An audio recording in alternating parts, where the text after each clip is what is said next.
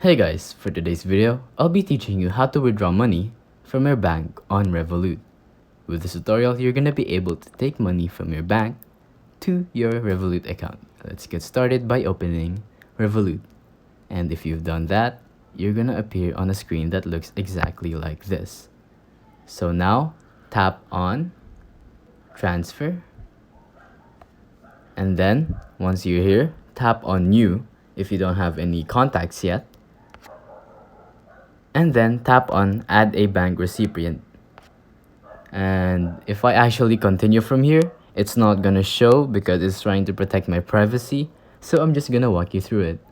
So all you have to do is just type the name of the bank, the information of the bank, your bank account, your name, and then once you've done that, you can continue on to typing how much you want to withdraw.